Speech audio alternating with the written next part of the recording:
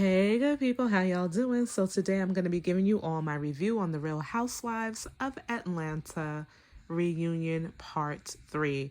This season was really, it just wasn't hitting the way I thought that it should hit. With them getting rid of Portia, of course she was a fan favorite. I really enjoy Portia on the show. Them getting rid of Cynthia. With Cynthia, it was kind of like, I didn't even miss her really this season at all. And honestly, I just thought that this season was really lackluster. Marlo, she definitely missed a great opportunity, I believe, this season to really do well on the show. And I think if she does come back for next season, which of course she's going to want to do, hopefully she can redeem herself. Time will tell. Candy, listen, Candy got a lot going on. I know she probably is enjoying this alleged $2 million that Bravo is supposed to be giving her. So that's not money that I would want to leave on the table too, but I kind of feel like Candy is now beyond this show. Literally during this reunion, she did not have much to say. There were not a lot of questions. There was one question that was directed towards Candy during this reunion, and it was about her saying that she did not want Todd to remarry because she didn't want his wife to take over money that could go to their children. Aside from that, there were not a lot of questions geared towards her. Kenya, of course, she is not going anywhere. Drew, I really feel like Drew should just bow out and work on her relationship with her husband, because honestly, there is a lot to unpack still in that relationship. If you guys were watching this reunion, then they started to talk about this whole book deal that Ralph got. Andy brought up the fact that he did not share that information, him getting the book deal, with Drew, and he wanted to know what was up with that. Ralph says that he did share the information. Drew says, no, you didn't share the information until you actually signed the deal. And you could kind of see like Ralph was getting upset that she would point that out. So clearly there's still stuff in their relationship that they need to work out. And I feel like if you want to have a successful marriage, then maybe stepping away from the limelight and people's opinions of your marriage would definitely help, not hurt. I will say though, seeing Ralph on the reunion, he definitely comes across as having done some type of self-evaluation. I like what I heard out of him, and I hope that it's not just him speaking things just to sound good, but it's actually because he really believes what he's saying, and there really will be changed behavior. So I'm pretty much going all over the place with this review, so I hope that you guys can bear with me. When Drew was on the hot seat, a viewer asked the question about why everybody is coming for Drew, specifically Candy and Kenya, not really supporting her and things of that nature. Candy is like, I don't know what they're talking about. And Drew says that she did feel misunderstood regarding her health issues and everything that she went through with that. She would have liked the women to give her a little bit more support. Candy went on to say that at first, Drop It with Drew did not come across as Drew just being the face of the brand. It kind of came across like Drew just came up with this idea and she was running with it. So she was confused by the whole thing. Drew also mentioned the fact that Sheree called her a busted can of biscuits, which I'm never okay with women shaming women because of the way their body looks. I mean, the fact that we push out humans, I just think it's like so ugly for women to do that to one another. But Sheree does apologize and says that Drew does not look like a can of biscuits. Ralph and Sheree kind of got into it a little bit, you guys, when Andy was asking Ralph about what he felt in regards to Sheree implying or running with the message that implied that Ralph was gay. Ralph basically said he just wants the same respect that he gives Sheree for her to give back at him. And listen, I'm going to be honest. When it comes to women and men, especially on these housewife franchises, we kind of go in on the men when they have something to say to the females. A lot of people weren't happy with the way that Ross responded to Kenya during the Jamaica trip when it came to his wife. And so a lot of people, if you guys remember way back when Peter was getting into the Nene and Cynthia stuff, a lot of us didn't like the fact that he was getting himself involved with that. So we do come after the men, but these women, Sheree coming after Ralph the way that she did during the reunion, I'm just like, girl, why are you coming at him so hard like that? Like, your anger is misdirected. Okay, you don't like Drew. So keep your energy there with Drew. Don't bring her husband into the mix. I just don't think that's cool. So I do agree with Ralph. The same respect that I give you, I want the same respect in return. Why are you going around repeating something that you know not to be the truth? And okay, Sheree doesn't know 100% if this man is or isn't gay, but she's been around him and his wife to know that he's married to this woman. For all intensive purposes, he's into women. So she was wrong for repeating the whole Anthony thing. And it was just really because she doesn't really mess with Drew like that. As I stated earlier, Andy brought up the whole book situation and wanted to give Ralph an opportunity to explain himself. Andy does bring up Ralph not wanting to adopt Josiah, and Ralph says that there are really three reasons why you should adopt a child. And his reasonings are if the father of the child is deceased, or if the father of the child does not want to have anything to do with that child. The third one escaped him. He couldn't come up with a third one. And I just think at the end of the day, Ralph, it's clear you don't want to adopt Drew's son, because there was a point where he was referencing him as Josiah. And when it got to this particular question, he was like, Drew's son. That rubs me the wrong way, the way that he said that. To see just from Drew, like she's a little hurt, clearly, that he doesn't want to step up to the plate and adopt Josiah, nor apparently does he treat Josiah like how he treats his own biological children, which, I can understand to an extent. You knew what was attached to this woman when you asked her to be your wife, and perhaps they should have discussed whether or not he would be willing to adopt Josiah. And I kind of think that they did. And he did let Drew know that he was willing to do so. But somehow or another, it just never happened.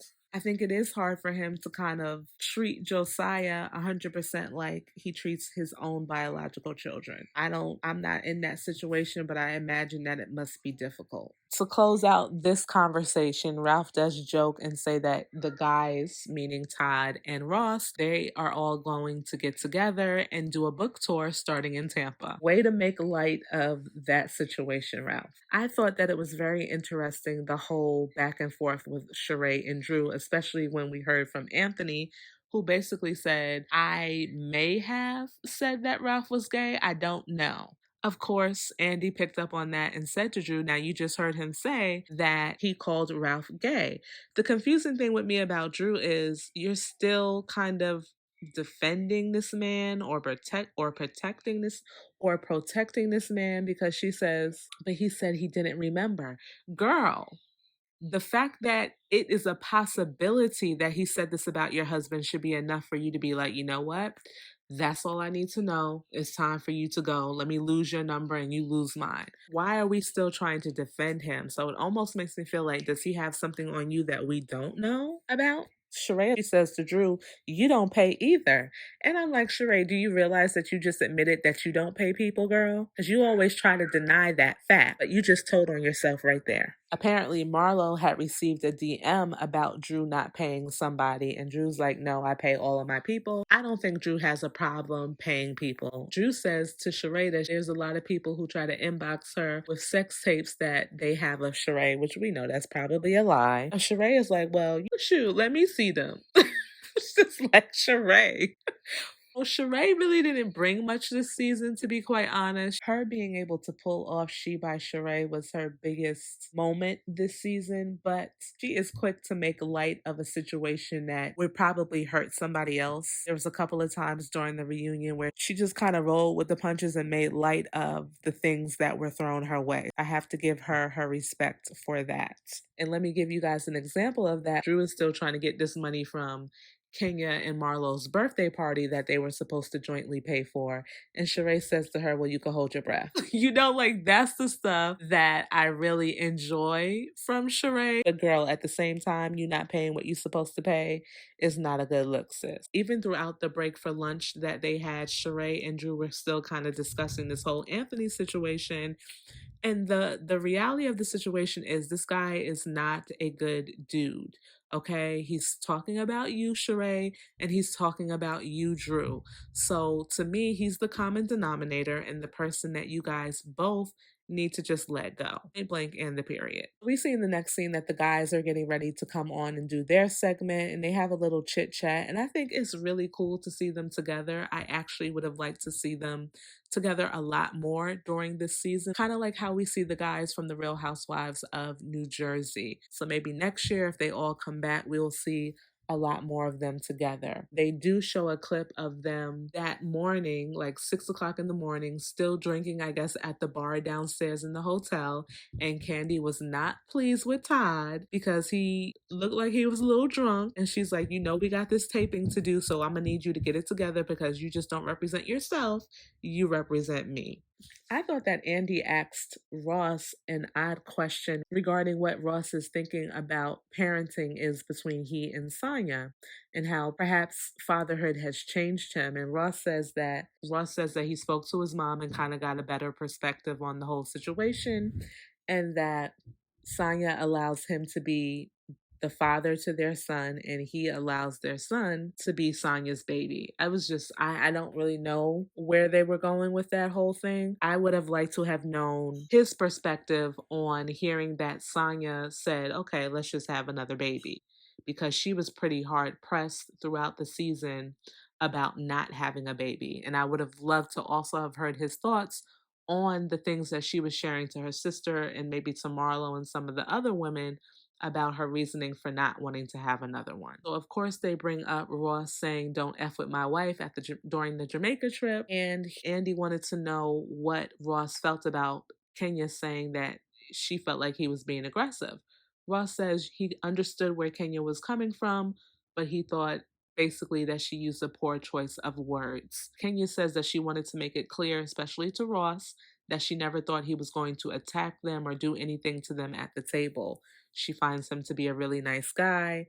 And I think she kind of like that was her way of kind of like saying, I'm sorry. Todd jokes, and Todd is hilarious. I don't think we give Todd enough credit for how funny he is, but he jokes that he was a little nervous. I thought that was like a really funny part in this reunion. They talk about Marlo saying that Marlo does apologize to Todd. He could care less about the apology. It's very clear. He does not care anything about what Marlo has to say. But Marlo says that she feels like every man cheats and she should have just stayed out of their relationship. And then goes on to ask Todd what he felt about Sheree saying that the streets talk about Todd being a cheater. And Todd says, well, Mama Joy said the same thing. And we haven't heard anything about what the streets said as it relates to that. Why would I care what Sheree has to say about it either? Todd is unbothered by all of this mess. One thing about him that I have to give him credit for is he is always attacked for people saying that he doesn't have his own money, that he's riding on Candy's coattails, that Candy supports him,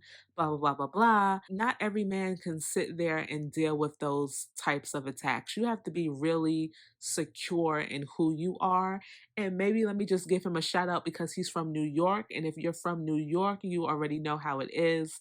You have to have some tough skin. I would know because I'm from here too. So maybe that has a role to play in it as well. But man, he really handles himself from when he first came onto the scene well, as it relates to so many people putting their 2 cents in on what he's able to contribute, and even him having to deal with Candy's mom and those things that she was saying about him early on. Like, I applaud him. I really do. So now we're talking about the feud between Candy and Marlo. I didn't really like the fact that it was presented on the show like just because Marlo gave Candy a piece of KFC chicken, Candy forgave Marlo for the things that she was saying at the dinner in Jamaica. I just don't like that. And I'm glad that Candy actually said it had nothing to do with the chicken, but everything to do with the fact that my husband, who she was mostly talking about, showed that he didn't really care about what Marlo was saying and he had moved past it, therefore allowing Candy to see that she can do the same. Obviously, if Todd was still upset about the situation, it would have been a whole nother situation between her and Marlo. I just did not like, number one, where Andy's question was going when he brought that up, nor when I think about how they presented that whole thing in that episode. It just did not sit right with me. A viewer asked Sheree, how can you want Candy to be a certain type of friend towards you when you haven't demonstrated that toward her? Sheree does admit that she has not been the friend that she expects Candy to be towards her. She says now, as opposed to when they first met. You can't say that you want somebody to be friendly towards you or to be having your back and supporting you if you're not doing the same thing for them. Maybe you can't support Candy on the level that she's capable of supporting you, but certainly there are things that you can do to show that type of support or to show the type of friend that you want her to be towards you. I don't see how you could want somebody to be one way toward you when you're not willing to be that way toward them. The fact that she admits that she's not a good friend to Candy, it's like, okay, so you want this woman to go out of her way to be this and that toward you, but you're not even willing to meet her halfway? Friendships don't work like that. I think a viewer asked Todd what he felt about Marlo saying that Todd was below Candy's tax bracket. And Todd was like, everybody in this room is under Candy's tax bracket. I loved that response. I think much like Sheree, Todd has the ability to turn the narrative around in a funny way or just in a way that shows that he's completely unbothered. Marlo does again apologize for the things that she said about Candy throughout the season. And she says, as opposed to just apologizing, I'm also going to show you through my actions that I am sorry.